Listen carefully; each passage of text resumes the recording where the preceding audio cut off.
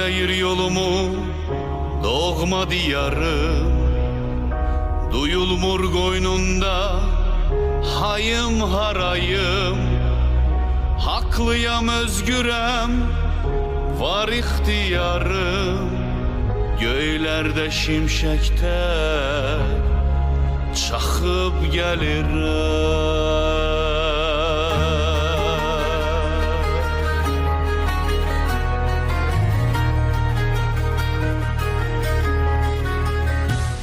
Mənim musiqi nəfəsim soy kökümün danışan səsidir. Arif, Qərbi Azərbaycanın hansı bölgəsindənsiz? O sualı həmişə fəxrlə cavab verirəm ki, mən Nəbiyev Arif İdrisoğlu İrəvan şəhərində dünyaya gəlmişəm. Atam da İrəvanda dünyaya göz açıb, anam isə Lorub Pəmbək mahalının Hallavar kəndində dünyaya gəlib və demək olar ki, o kənddə tez-tez olurduq biz. Hər yayı orada olurduq. Evdə böyüklərindən, öz xatirələrindən, Qərbi Azərbaycanda ən yadda qalan xatirələrin hansı xatirələrdir? Və özün görmədiyin, valideynlərinin danışdığı xatirələr hansılardır ki, onlar sizin yaddaşınızda silinməz iz buraxıb? İlk növbədə deyim, teatr xatirəsidir məndə. Mən gözümü teatrda açmışam, İrəvan Dram Teatrında. Anam da, atam da orada çalışırdılar. Anam aktrisa kimi, atam isə texniki işlər üzrə. Ona görə də böyük xatirələr var orada. Yəni, uşaqlıqda o qastrol səfərləri, rayonlara gedərdik, necə bizi qarşılayardılar. Sevindirici halları idi, bir ailə kimi idik. Maraqlı idi, çox maraqlı idi. Hətta yadıma düşdükcə biraz da kövrəlirəm daxilimdə. Həm də tam incə sənətin içindəydim deyənə, çox maraqlı idi mənim üçün. Deməli, əsas ən çox xatirələr qalıb məndə orada. Biz qalırdıq, mərkəzdə yaşayırdıq.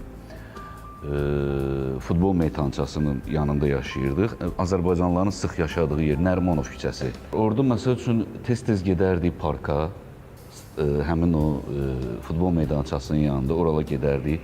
Orada konsertlər verərdilər. Məsəl üçün, Zeynəb Xanlarovun konsertində olmuşam. Təxminə 86-cı il idi, əgər çaşmıramsa, uşaq idim. Bizə yaxın olurdu deyənə, həmin meydan futbol stadion deyək də, böyük stadion idi. Orada tez-tez konsertlər olurdu. Məsəl üçün, o tez-tez mənim yadımdadır ki, bax, ora gedirdik, rayonlara, bölgələrə gedirdik, konsertlərə, teatrlara, bax, həmişə demək olar ki, anamın yanında olmuşam. Amma bir müddətdən sonra, bilirsiniz, mənim o uşaqlığımın bir müddətdə gözümü açdım bu gözəlliyi və ondan sonra bizdə bir ani məqamda elə bil ki, məndə bütün dünya dəyişildi, belə deyək də. Tamam fərqli oldu hər bir şey, qaça-qaça düşdü. Düzdür, mən uşaq idim da, indi 6-7 yaşım var idi. Amma yenə də hiss eləyirdim bunların hamısını ki, ay müharibə gedir, ay ora getmək olmaz, bura getmək olmaz. Hətta, məsəl üçün, küçəyə çıxanda anam mənə bizə tapşırırdı, bacımla bir yerə tapşırırdı ki, ana sözündən, mama sözündən başqa heç nə istifadə eləməyin. Yəni, nə lazım, birdən nəsə lazım, ancaq mama sözü istifadə edin. Yəni, bu qarışıqlar getdikcə mənim qəlbimdə biraz sıxıntılar yaradırdı. Yəni, demək olar ki, bax, indi hal-hazırda danışırım, o qaraltılar gəlirdi. Çünki çox əziyyət çəkirdik. Biz qaldığımız evdə də səhərə kimi atam yatmırdı. Yəni, mən uşaq idim, hiss eləyirdim ki, atam bizi qoruyur. Orada, məsəl üçün, daş datırdılar, müəyyən təzyiqlər göstərirdilər, qovalama kimi belə bir anlamlar yadımdadır. Məsəl üçün, avtobusda biz gedəndə bəzi hallarda kişiləri gizlədirdilər, çalışırdılar. O dekorasiyanın altında gizlətsinlər ki, artıq sözlər haradasa posta zadda saxlasalar, artıq sözlər deyilməsin. Bax, biz özdə həmin məqamlarda yenə də iş dayanmamışdı, teatr fəaliyyətini göstərirdi. Yəni, bax, bunlar mənim xatirimdədir ki, teatr fəaliyyətini biz yenə onlara baxmayaraq, biz işə gedib gəlirdik. Məsəl üçün, elə bir hallar da baş verirdi ki, bütün kollektiv Ermənistanda həmin o teatrda hamı orada gizlənir, bir yerdə dayanırdı ki, amandır da, yəni kiməsə nəsə olsa hamı bilsin. Çünki aydın məsələdə o vaxt telefon yox, kimlənsə əlaqə saxlamaq yox. Belə bir çətinliklər baş verdi və o çətinliklərdən biz qaçaraq, təzyiqlərə uğrayaraq, demək olar ki, böyük təzyiqlərdən mənim yadımdadır ki, hətta Qazaxdan, sərhəddən biz poyezdlə keçəndə, hətta orada da böyük bir təzyiqlər baş vermişdi.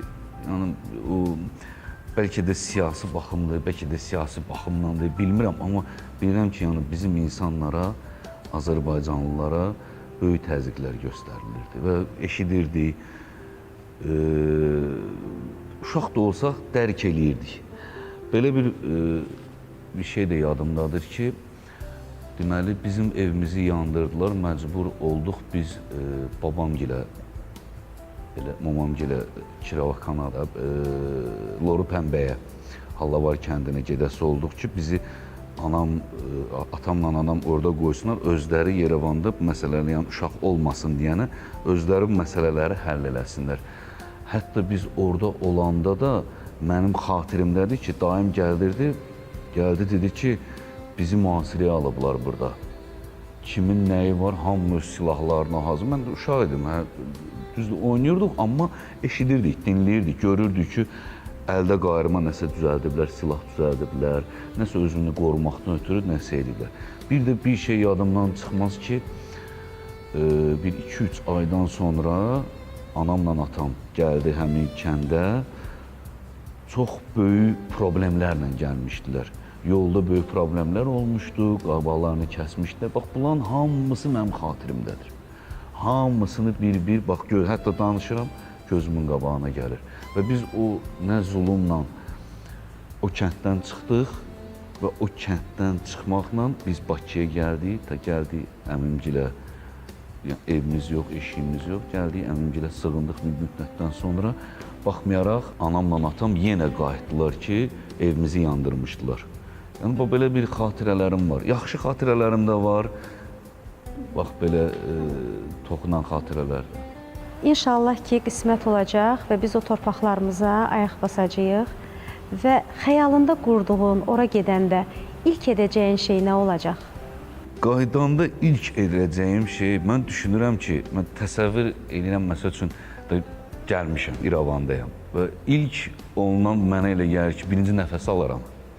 Bir nəfəs alaram, bir ətrafa baxıb, uşaqlıq xatirələrimi yadıma salaram və düşünürəm ki, mən orada əgər qalsaydım, orada nə ilənsə məşğul olsaydım, düşünürəm ki, incəsənətlə məşğul olardım. O tərəfdə elə bil ki, bizim o belə ayrı seçkiliyi salmayaq, elə bil bizim tərəflərdə o insanlar biraz musiqiyə, incəsənətə daha çox, mənim fikrimcə, mən bilmirəm, bəlkə mən uşaqlığımda elə görmüşəm, elə bil orada daha çox qiymət verirdilər. Görüşdük nə çətin, ayrıldıq nə asan. Hardasan sevgilim, varmısan, yoxmusan? Mən səni izlədim, günah tək gizlədim. Hər səhər, hər axşam, hər gündüz, hər gecə gözlədim. Əlvida o günlər, ulduzlu gecələr, əlvida. Ömrümdə nə qaldı vəfasız dünyada.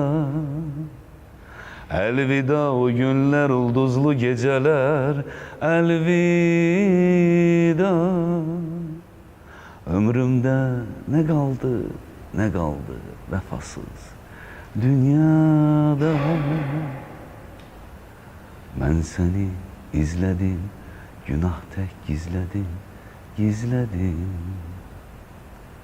Hər səhər, hər axşam, hər gündüz, hər gecə gözlədim.